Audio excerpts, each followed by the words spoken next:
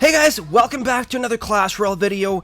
Today I want to share with you guys an Infernal Dragon Giant deck because recently a ton of you guys have been asking me to do a video on the Infernal Dragon. We actually got both dragons in here with the Baby Dragon as well as his older brother, the Infernal Dragon. Now the Skarmy is in there for two reasons. One is obviously zap bait and the other is to counter the popular Elite Barbarians. And you might be wondering why the Ice Golem is in there because it's pretty weird having a tank already with the Giant. But the Ice Golem is a great distraction unit on defense, and also it can come in clutch on an offensive push supporting your Infernal Dragon with the help of a Zastspell to take out stuff like minions or by itself countering the Skarmy. So enough talking here, let's go ahead and take a look at two replays, then we'll finish off with some live battles. So here we are guys with the first replay facing off against SS. This is a challenge battle by the way because I was still in the practice phase of trying out this deck. Now once we hit 10 Elixir, gonna go ahead and start setting up a push on the right hand side with the Ice Golem because I don't want to use the Giant just yet. It's pretty early in the battle. I don't know what kind of deck my opponent is using, so I don't want to invest too much Elixir on one lane. So if I have the Ice Golem in the starting hand, I prefer to do that over using the Giant. Now seeing as I was using a Bowler in the exact same lane, I want to start getting ready for this defense instead of setting up a push. So Cannon going down with an Infernal Dragon going down to counter the Giant. And seeing as I was using a Bowler, I was kind of expecting him to have a Graveyard in his deck. But we end up using the Baby Dragon to hopefully counter the minions, but it does lock onto the Giant unfortunately, so I'm forced to use the Zastspell as well. But take a look at this. Double Dragon action, taking out that Bowler pretty quickly. He's forced to use another Bowler solely on defense for distraction, which is a pretty expensive 5 Elixir distraction unit. We're setting up a pretty strong Elixir advantage here so far. Infernal Dragon going in there. He drops down the Archers at the very last second, which honestly I'm kind of okay with because take a look at this huge Elixir advantage we're beginning to set up. So Giant going down on the left hand lane. I want to start going for the kill now that I have a better idea as to what kind of deck my opponent is using. So once the Giant gets closer to the bridge and once I have more Elixir, gonna go ahead and use the Infernal Dragon behind my Giant. There's no use using the Infernal Dragon as soon as you hit 5 Elixir. You might as well wait till you're at 10 before you use it, because that way you'll have enough Elixir to defend the opposite lane if your opponent tries to do what he does with an Elite Barbarian rush. And as we saw, we use the Ice Golem to pull the Elite Barbarians over onto the left hand lane, allowing my push units, my tower, and that cannon to take him out. And right here, Infernal Dragon locking onto that tower, taking it out in only a matter of seconds. And these dragons aren't done yet. They're gonna go in there, go onto the King Tower. My opponent ends up missing his Zastspell, and the Infernal Dragon by itself takes the King Tower all the way down to 1500 health. Now I'm going to start going for the kill here. We have a pretty strong health lead on both of my towers. I'm going to ignore those minions because I don't care about a couple hundred damage to my tower. I'd rather have that Elixir saved up to go for the 3 crown push. So as you can see here, Giant up front, Infernal Dragon in the back. Going to go ahead and use the Ice Golem to protect the Giant for a couple of reasons. One, because he has minions in his deck, and with the Ice Golem Zap at death, we can actually kill the minions, hopefully saving the Infernal Dragon. But in the end, the Infernal Dragon pass a bit weird, goes onto the right hand side, and ends up getting targeted by both the King Tower, the minions, as well as the Crown Tower on the right hand side. So it dies pretty quickly, but in the end, the Giant Ice Golem combo on the tower, giving me that 3 crown victory. Let's go ahead here and take a look at the next replay. So here we are guys with replay number 2, facing off against Smiling Leo.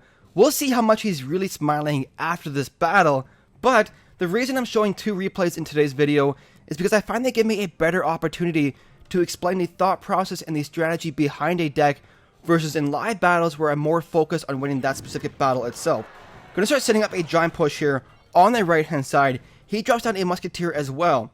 Now the Musketeer only costs 4 Elixir and the Giant costs 5, so I wanted to wait to see what he does next because he does have the Elixir advantage at this point. So he drops down a Mega Minion. Gonna go ahead and use the Ice Golem to tank a couple of hits in front of my Giant, then drop down a Fireball Zap combo to finish off both of those units.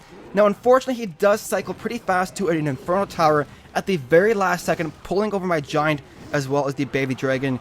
Really regretted using that Zastspell earlier on, but now that I know he has an Infernal Tower, I will set up my pushes a bit differently. He drops down a Royal Giant there. Gonna go ahead and use the Cannon as well as the Skarmy to take it out. Now even though he does have the Log spell, by the time the Log goes down, the Skarmy has done a decent amount of damage to that Royal Giant, and we only end up taking a couple of Royal Giant hits on my tower.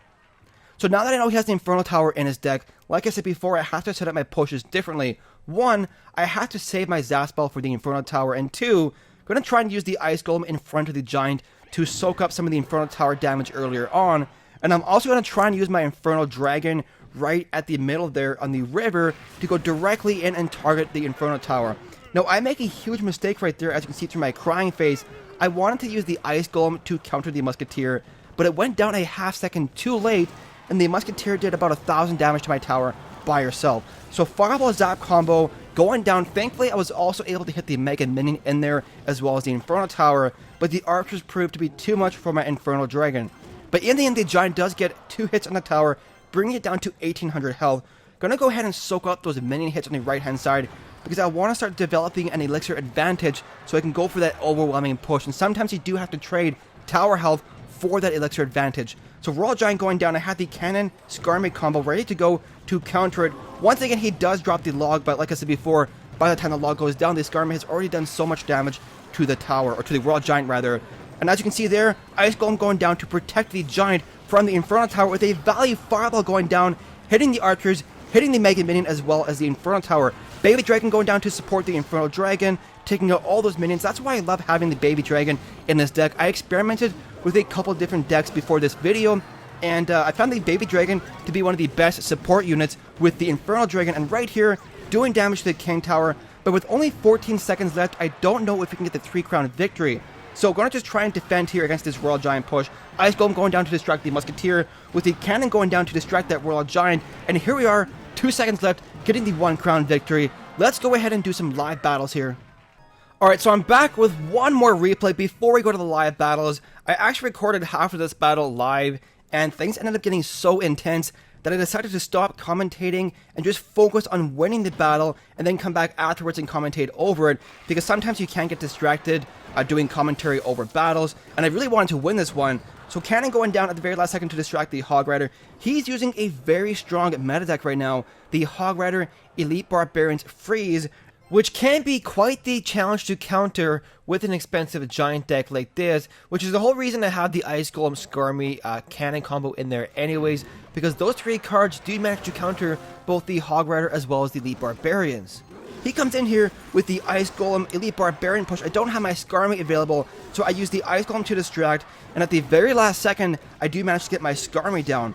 But we have limited counters to the Elite Barbarian and the Hog Rider. We got the Cannon, the Ice Golem, and the Skarmory, and for some reason I keep using all 3 on one defense, so eventually he will outcycle me and he will have a push ready where I won't have my counters available. And I knew that in the battle itself, so that's why I stopped commentating and tried to focus on winning. So right here, Musketeer coming back on a counter push with the Ice Golem. I'm forced to use my Infernal Dragon to counter the Musketeer because I want to save my Cannon for the Hog Rider. I knew if I ended up using the Cannon to counter the Musketeer, I would probably die to a Hog Rider push immediately afterwards. So Giant going down, not really the best decision by me, because as you can see, the Elite Barbarians take him out pretty quickly. The Giant doesn't even do any damage to the tower. Ice Golem going down to distract the Elite Barbarians, and like I said before, I keep using all of my counter cards on one defense, so we defend the Elite Barbarians there, but now I know I don't have a counter card in my hand, and I also know he has both the Ice Golem and the Hog Rider available for a push. So this is where things started to get really intense, and I stopped commentating in the battle itself. We do have the health lead on both of our towers, but like I said, I knew death was coming. So Infernal Dragon going down to counter the Hog Rider. He does have the Ice Golem protecting it, and we're forced to take a ton of damage to my tower because of the Ice Golem protecting the Hog Rider. Gonna go ahead and use the Giant to protect both dragons from the Musketeer damage, with the Ice Golem going down in front of the Giant to hopefully save it from some damage from the Elite Barbarians. And the Ice Golem death does slow down both the Elite Barbarians. It got 3 dragons down doing work, but unfortunately against the super strong Elite Barbarians as well as the strong Musketeer, they aren't able to do anything. He drops down the early good game. He figures he has this game in the bag here because my tower is sitting at 446 health. Both of his towers over 1800 health, so we have a pretty big hole to dig out of right here. Now he misses some of my Skarmory there with that Zap spell, which is fortunate for me because the Skeletons finish off the Hog Rider with 0 damage done to my tower. 8 seconds left in this battle here, going into overtime. He's going for the kill here with the Ice Golem Elite Barbarian push. Thankfully, the Giant does end up taking the Elite Barbarians pretty long. The Baby Dragon with the Inferno Tower, or the Infernal Dragon rather, doing work right there. At the very last second, we do manage to get the Skarmory down, before the Elite Barbarian targets our tower. We're going to start setting up the final push here to go in for the kill. 310 health left on my tower. Baby Dragon doing work to his Musketeer there. A clutch fireball going down, taking out both his minions as well as the Musketeer. Gonna go ahead and use a cannon there just in case he tries to do a sneaky Hog Rider to finish off this game. Now take a look at this last interaction right here. The Elite Barbarians are so fast that they end up outrunning the Infernal Dragon before it dies, and the Infernal Dragon turns around, targets the tower, finishes it off, and gives me the 1 crown victory. Now let's go ahead here and do that live battle. So here we are, guys, with that live battle. Now the reason I'm doing a grand challenge versus doing ladder gameplay is because at 4300, my Baby Dragon, being only level 4, does die super fast to all the higher level cards, like level 12 Minion Horde, level 9 Mega Minions and Musketeers and stuff like that. So a level 4 Baby Dragon just isn't really viable up there. But let's go ahead here, Ice Golem to pull these Elite Barbarians over. Then we'll do some Skarmy over here, because I didn't want the Skarmy dying to the Ice Golem death. Now, what does he do to counter this? I've seen so many, like, probably the past 5 battles in a row have almost been Elite Barbarian decks, guys. This is Fireball Valley right here. Really waiting for that balance change to come out here pretty soon. Hopefully just to mix up the meta a bit. Now I want to take a brief moment here in a second to talk about the Infernal Dragon itself. Because I want to give a bit of a disclaimer with this video. Because in my opinion, the Infernal Dragon isn't really in the meta right now, but I wanted to make this video for all of you guys asking me for an Infernal Dragon video.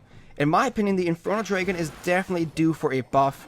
It's very much like the Sparky, in that it's a very high damage potential card, but has so many counters that are popular in the meta right now. So let's do this. I don't know if a Zap spell here is good. Will it force him to retarget to the Ice Golem? It will, but I don't think it'll do much in the end to counter the Elite Barbarians there, which is unfortunate. Let's Fireball this right here. Kill those. Kill that Elite Barbarian. And for some reason, my tower started retargeting to the Archer before the Elite Barbarian was dead, allowing it to get 1 hit. I always love when that happens. Not really too sure why, but it did retarget to the Archer after, before the Elite Barbarian was dead. But let's go ahead here. Start setting up the push for the end of the game here to win it. And in my experience with this deck, most of these successful pushes do come in the double elixir period. Just because I think that's just the way it is with most beatdown decks. We'll Skarmy right here to counter this. Wait a second here, then we'll Infernal Dragon right here. We don't want to go too aggressive with the elixir spent, just in case he does use Elite Barbarians on 1 lane. We'll do this and this. Now we have our Skarmy and available there for. We'll zap this. Boom. There we go. Hopefully I want to cut through this push here pretty quickly. There we go. Kill his Elite Barbarians, please. Get in there, do some work. But like I said, there's so many cards in the meta right now that counter the Infernal Dragon. As you can see, Fire Spirits, Archers, Ice Golem is a big thing. Ice Golem is so strong in the meta right now, and it just destroys the Infernal Dragon because it distracts for so long, guys. And we'll do this right here. I want to get the Infernal Dragon locked onto the tower, but getting the Infernal Dragon actually locked onto a tower is a task in itself. Now the Baby Dragon in there doing some work to that tower. Giant getting in there as well. He's dropping everything to distract, but the Baby Dragon might finish that tower up by itself. Unfortunately, it doesn't. But let's go ahead here. Do this, this as well. Boom. We'll zap this right here. Boom. And all we need to do here is Fireball his tower for the victory. So let's go ahead here. Use the Infernal Dragon right here. Ice Golem right here. And we will Fireball the tower for the win, guys. There we go. GG to him. Well played. Anyways, guys, that's the end of the video. I know I didn't really make good use of the Infernal Dragon in that battle right there, but honestly, it can be pretty hard to effectively use it. Like I said before, it's very similar to the Sparky. Almost everything in the meta right now counters it. In my opinion, I think it's definitely due for a buff, but if you enjoyed the video, make sure to hit that like button and subscribe for more Clash Royale content. Thank you so much for watching, guys. We will see you in the next one.